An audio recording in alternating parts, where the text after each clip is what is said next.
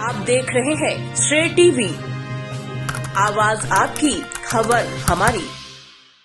नमस्कार, मैं हूं ममता सिंह। आप देख रहे हैं श्रेय टीवी, आवाज आपकी, खबर हमारी। तो चलिए शुरुआत करेंगे आज से जुड़ी हुई खास, बड़ी और विशेष खबरों से।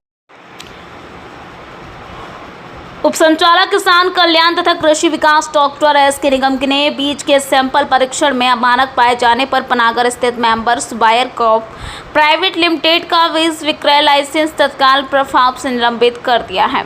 इसी प्रकार पनागर के ही मैसर्स सोनी कृषि फार्मा परामर्श केंद्र का उर्वरक विक्रय लाइसेंस की अनियमितताएं पाए जाने पर संचालक किसान कल्याण तथा कृषि विकास के द्वारा तत्काल प्रभाव से निलंबित कर दिया गया है। इन दोनों प्रतिष्ठानों का विगत दिनों वरिष्ठ कृषि अधिकारी विकास एवं बीज निरीक्षक पनागर तथा निरीक्षण किया गया था। निरीक्षण में Messrs wire crop science private limited से 3 बीज सैंपल के लिए गए थे तथा मैसर्स सोनी कृषि परामर्श केंद्र में भी अनियमितताएं पाई गई थी। डिप्टी डायरेक्टर कृषि एस.के.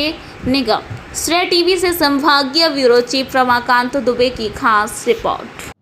सर, मामला जानकारी में है कि कहीं किसी खाद बीज की दुकानों पर कुछ कार्रवाई की गई, कैसा क्या है मामला? बिल्कुल आपका जो खबर है बिल्कुल सही है। कल हम लोगों ने लाइसेंस निलंबन की कार्रवाई करी है।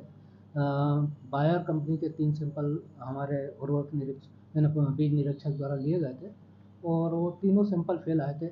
भले ही वो माइनर उससे फेल आए, लेकिन उसके बाद भी क्योंकि एक ही कंपनी के 3 सैंपल फेल आए थे, तो हमने मैसर्स बायर कंपनी का जो था उसका लाइसेंस हमने निलंबित किया है। साथ ही एक सोनी परामर्श केंद्र पनागर में है, जिसमें जो उर्वरक निरीक्षक द्वारा निरीक्षण किया था और उसमें उर्वरक गुण नियंत्रण आदेश जो है उसकी धाराओं का उल्लंघन 7 और 35 का उल्लंघन था।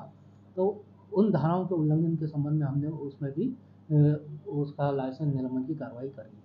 सर, ये दुकान संचालकों का नाम क्या है और ये कहाँ रहती है, कहाँ पर इनकी दुकान है? देखिए, पनागर का है मैसर सोनी परामर्श केंद्र, और ऐसे ही ये C&F है बायर कंपनी के, इनका भी पनागर क्षेत्र में इनका यानी C&F का ऑफिस है।